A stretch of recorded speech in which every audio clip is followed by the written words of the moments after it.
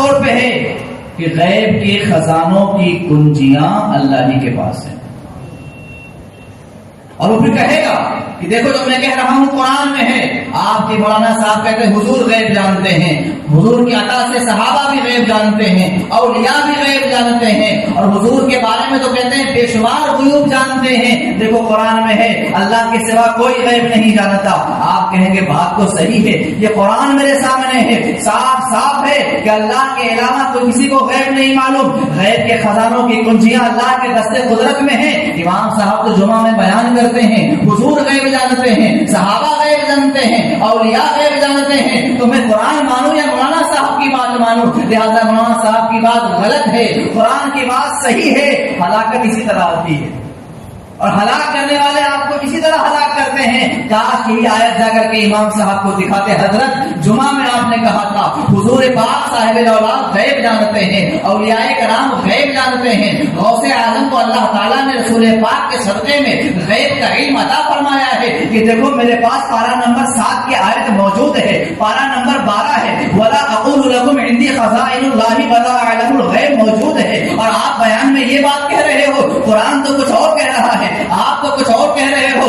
امام صاحب کہیں گے ظالم تو نے قرآن پڑھا تو ضرور ہے, معنی سمجھ تو لیا ہے, یاد بھی کر لیا ہے, مگر قرآن پاک کی اس آیت میں جو مراد ہے, جو معنی اور مفہوم ہے, اس نے تو نے سمجھنے میں غلطی کی ہے. دیکھ جس خدا نے یہ کہا وَإِنَّهُ مَفَاتِحُ الْغَيْبِ لَا يَعْلَمُهَا إِلَّا هُوَ, اسی خدا نے پارہ نمبر 29 میں کہا عَالِمُ الْغَيْبِ فَلَا يُظْهِرُ عَلَى غَيْبِهِ أَحَدًا إِلَّا مَنِ ارْتَضَىٰ مِن رَّسُولٍ. دیکھ جس خدا نے کہا وَعِندَهُ مَفَاتِحُ الْغَيْبِ لَا يَعْلَمُهَا إِلَّا هُوَ, اسی خدا نے کہا وَعَلَّمَكَ مَا لَمْ تَكُن تَعْلَمُ وَكَانَ فَضْلُ اللَّهِ عَلَيْكَ عَظِيمًا.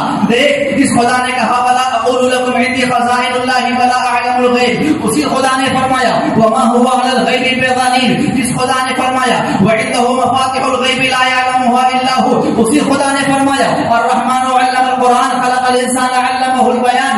دیکھ جس خدا نے کہا وَلَا أَقُولُ لَكُمْ عِندِي خَزَائِنُ اللَّهِ وَلَا أَعْلَمُ الْغَيْبَ, اسی خدا نے فرمایا ہے رسول پاک جناب محمد رسول اللہ صلی اللہ علیہ وسلم کو پروردگار عالم نے بے شمار غیوب عطا فرمایا ہے. تو قرآن کی یہ بھی آیت ہے اور یہ بھی آیت ہے. اب دونوں آیتوں کو سامنے رکھ, بتا کسے مانے گا کسے مانے گا.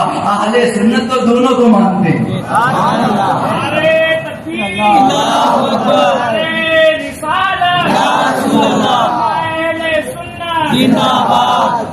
میرے عزیز ساتھی اور دوستو, آپ سمجھتے ہیں علم بڑھ رہا ہے, یہ آپ کی غلط فہمی ہے. علم گھٹ رہا ہے اور لوگ علم نہ ہونے کی وجہ سے بہک رہے ہیں اور بہکائے جا رہے ہیں. میں آپ کے سامنے قرآن لے کے آ جاؤں, بخاری لے کے آ جاؤں, مسلم و ترمذی اور سیاح کی کتابیں لے کے آ جاؤں, میں 5 منٹ کے اندر آپ کا ذہن گھما سکتا ہوں. مگر الحمدللہ ہمارے اکابر نے ہمیں راہ ہدایت دیا ہے اور یہاں سے کڑی جناب محمد رسول اللہ تک ہماری ملی ہوئی ہے. ہمیں گمراہ نہیں کرنا ہے, گمراہی سے لوگوں کو بچانا ہے.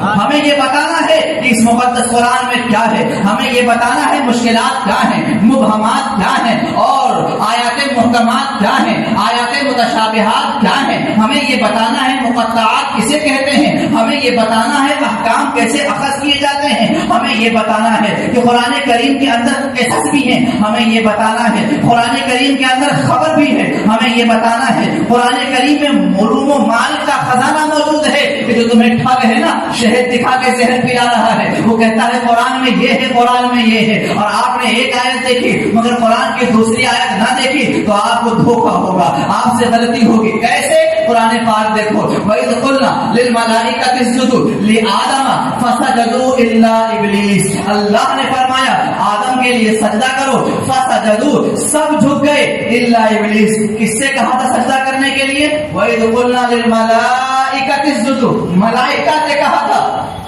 اور کون نہیں جھکا؟ ابلیس. معلوم ہوا کہ ابلیس بھی ملائکہ میں سے تھا, کیونکہ ملائکہ کو ہی سجدہ کرنے کے لیے کہا گیا تھا, کسی اور کو نہیں کہا گیا تھا. مجھے بھی ظاہری اعتبار سے بات کر رہا ہوں, میں یہ بتا رہا ہوں کہ لوگ کیسے گمراہ کرتے ہیں, اور اسی قرآن کے اندر ہدایت موجود ہے, اس پہ پٹی ڈال کر آپ کے ایمان و عقیدے کا سودا کرتے ہیں. کوئی کہہ سکتا ہے اللہ نے اس آیت میں فرشتوں کو سجدہ کرنے کے لیے کہا ہے, اور اس سے یہ معلوم ہوا کہ ابلیس نے سجدہ نہیں کیا, وہ فرشتوں میں تھا, اللہ نے اسے لائندہ بارگاہ کر دیا. لیکن اگر پارہ نمبر 15 آپ پڑھ کے دیکھیں گے بالکل صاف ہو جائے گا